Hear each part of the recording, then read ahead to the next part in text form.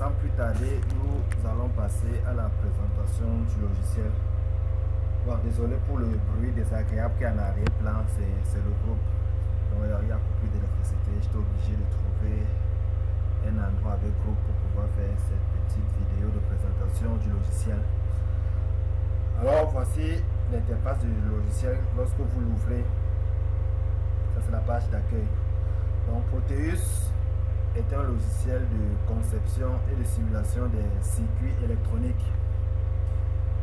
Il comporte deux logiciels.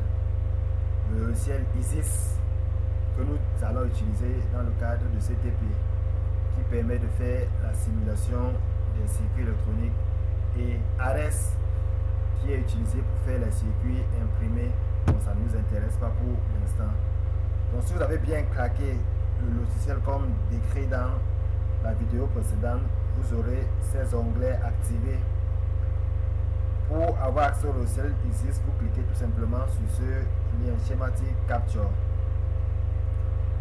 Là, nous avons la page, voilà la fenêtre de présentation du logiciel ISIS qui va nous permettre de faire nos simulations. Ce cadre bleu, c'est la zone de travail. Donc c'est un peu comme un format A4, ou alors pour être plus pratique, notre plaque à essai. Donc c'est ici que nous allons faire tous nos montages, ou alors nos dessins. Ici, c'est la vue d'ensemble. Lorsqu'un schéma sera fait dans la zone de travail, tout le schéma global pourra être vu ici. Là, nous avons les outils d'édition. Donc ce sont des raccourcis. On peut tous les retrouver à partir des différents menus. Là, c'est la bibliothèque. Bon, c'est vrai, j'ai déjà placé quelques composants. Tout à l'heure, je vais vous montrer comment placer les composants. Là, c'est la bibliothèque. Donc, lorsqu'un composant est sélectionné, voici où il doit se placer. Là, nous avons les outils de mode de sélection. Donc, grosso modo, voilà l'interface du logiciel. Alors, comment faire un schéma? Pour faire un schéma, il faudrait d'abord aller dans la bibliothèque, trouver des composants. Et pour avoir accès à la bibliothèque de Proteus, c'est à partir de ce point P. On peut tout simplement appuyer sur la touche P de notre clavier ou alors faire un simple clic sur cette lettre P. Là, nous avons accès à la bibliothèque. Pour choisir un composant, il n'y a plus d'un mot. Mais le mot le plus facile, c'est d'entrer directement le mot-clé du composant ici. Ou alors le nom du composant en anglais. Par exemple, si je veux une résistance, je peux directement saisir ici résistor. Ouais, quand je saisis résistor, ici j'ai la liste de toutes les résistances du logiciel. Maintenant, pour être plus précis, je peux choisir la catégorie résistor. Et la sous-catégorie, je prends 0,6 watts, qui sont les petites résistances que nous utilisons généralement pour nos TP. Maintenant, j'ai la liste. Je peux sélectionner la résistance de mon choix. Par exemple, pour un résistant de 10 ohms, je double-clique. Vous voyez, quand je double-clique, le composant apparaît dans ma petite bibliothèque d'édition. L'autre méthode de sélection plus rapide, c'est de taper directement la référence du composant. Par exemple, je veux choisir une diode de redressement dont la référence est 1N4007. Je tape 1N4007. Vous voyez, il m'affiche directement les diodes qui ont pour référence 1N4007. Je peux choisir la diode la diode dont j'ai besoin. Dès que je double-clique, ça apparaît dans ma bibliothèque. Je veux choisir un condensateur dont je connais directement la valeur. Un condensateur électrolytique de 10 microfarads par exemple. Je tape 10 U. U, c'est la version de microfarad. Dans la catégorie, je choisis capacitor. Dans la sous-catégorie, comme je veux un condensateur électrolytique qui est polarisé, je prends électrolytique. Vous voyez là, j'ai les condensateurs électrolytiques de 10 microfarads. Donc je choisis un condensateur et je me rassure qu'il est apparu dans ma bibliothèque. Je vais choisir une LED. Je tape LED. Dans la catégorie, la LED c'est un composant optoélectronique. Dans la sous-catégorie, je choisis LED. Là, je choisis la couleur de mon choix. Je vais par exemple prendre la LED rouge qui est LED red. Le dernier composant que je vais choisir, c'est une batterie.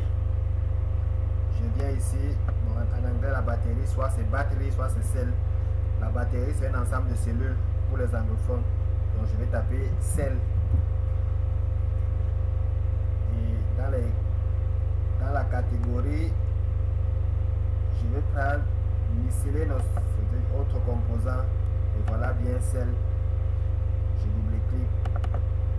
Alors quand j'ai fini de sélectionner tous mes composants, je peux tout simplement fermer ou taper OK. Ou alors presser la touche échappe de mon clavier. Si tous les composants sont sélectionnés, maintenant on passe au dessin proprement dit. Nous allons faire un simple montage. Nous allons par exemple prendre le montage. Le premier montage qu'on avait fait lors des TP. Je pense que ça se trouve à la page 7 ou 8 du support. Qui était constitué, je pense, d'une alimentation, d'une résistance, d'un condo et d'une LED. Donc on va faire ce petit montage en termes d'illustration. Je regarde rapidement. Ok, c'est la page 8. C'est la page 8 du TP. Donc je vais prendre la cellule. Je vais faire le zoom pour que ça soit bien visible. Je place les composants. Pour placer un composant, je sélectionne le composant. Je me rassure que c'est la disposition voulue. Quand vous sélectionnez le composant, il apparaît dans cette petite fenêtre. Si ce n'est pas la disposition voulue, vous pouvez roter le composant. Quand c'est la disposition dont j'ai besoin, je clique dans la zone de travail. Il apparaît, je clique encore pour le déposer. Le prochain composant, je fais pareil, une résistance. Je clique, il apparaît, je me rassure que c'est la disposition voulue. Je vais à l'endroit où je vais le placer, je clique également. Je fais pareil pour le condensateur.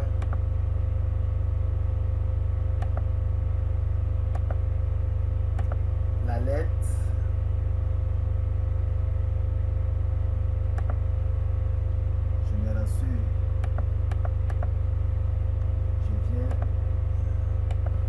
Là, j'ai fini de positionner mes composants sur la feuille de travail.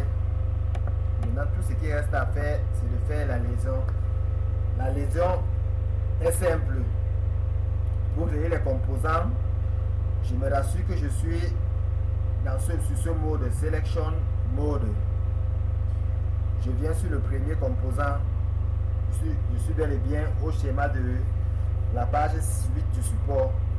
Je clique, j'approche la souris sur le bout du composant. Je clique. Ouais, quand je clique, la souris change de forme.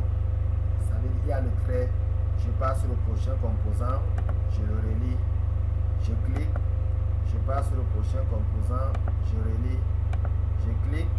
Je passe sur le prochain composant. Je relie. Je fais pareil pour toutes les liaisons dont j'ai besoin. Alors, j'ai fini mon montage. Il me reste une seule chose. La masse qui est en référence. En simulation avec le logiciel Proteus, il faut toujours mettre la référence qui n'est rien d'autre que la masse. Pour la masse, je viens ici dans Terminal Mode. Je cherche la masse qui n'est rien d'autre que ground en anglais, ground. Je viens positionner ma masse et je relie également. Donc voilà mon schéma qui a été fait. tout ce qui me reste à faire, c'est de lancer la simulation. Mais avant la simulation, je peux avoir besoin de modifier la valeur des composants initialement choisis. Par exemple, la batterie, je vais la mettre à 12 volts. Pour ce faire, je me rassure que je suis en sélection mode. Je fais un clic droit sur le composant. Je prends Edit Properties, donc l'édition des propriétés. J'ai là la référence et voltage qui est la valeur. Donc la référence, je peux mettre E1, ça dépend de moi. Maintenant pour la tension, comme je veux 12 volts, j'écris 12 volts et je valide. Pareil pour la résistance, je veux une résistance peut-être de 680 ohms. Je fais un clic droit, Edit Properties, je mets 680 R. Donc à existe le symbole de ohm c'est R. Si c'est le kilo, je mets tout simplement K. Si c'est le méga, je mets tout simplement M. Et je valide. Mon condo, je peux faire pareil. Au lieu de 10 micros, je peux choisir d'avoir 220 nano. J'efface, je mets 220 M minuscule. Donc ça correspond à 220 nano. Je valide.